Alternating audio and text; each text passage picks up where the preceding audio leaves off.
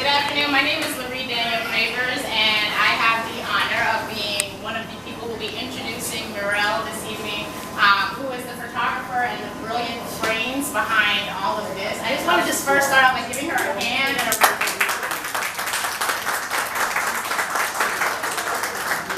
So a lot of you who have seen her website and have had a chance to see some of her work, you kind of know her story, right? Like starting, she's from Suriname, we know her background, she's selling out books overseas, she's setting a conversation, really starting a conversation about natural hair in the Pan-African space that we don't often get a chance to tap into here, right?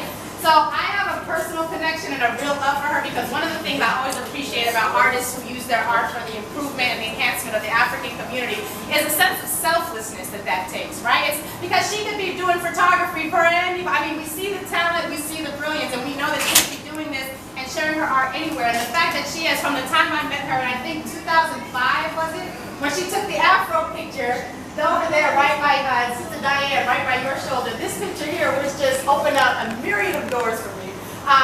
But even from that point, she was always taking pictures with an eye towards sharing images of Black beauty that weren't typically seen and creating conversation pieces that were going to allow us to wrestle with our ideas about what was beautiful and who could be beautiful, what kind of skin and what kind of hair could truly represent beauty.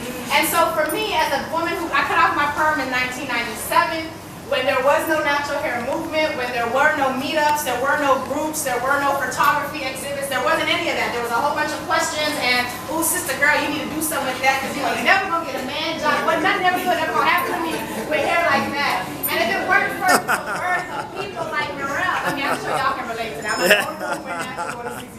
but if it weren't for people like Mirelle who were committed to using their art to shifting that conversation and to creating a space for Black beauty to be appreciated on its own merit without having to fit inside anybody else's box, that is a gift that we have to appreciate. And we have to take honor and pay homage to people who are willing to give their gift and their light to help shift the conversation. Because now I have a little daughter who's about to be 2 years old. She's going to grow up and see that mommy was a part of something that showed how beautiful Black women are.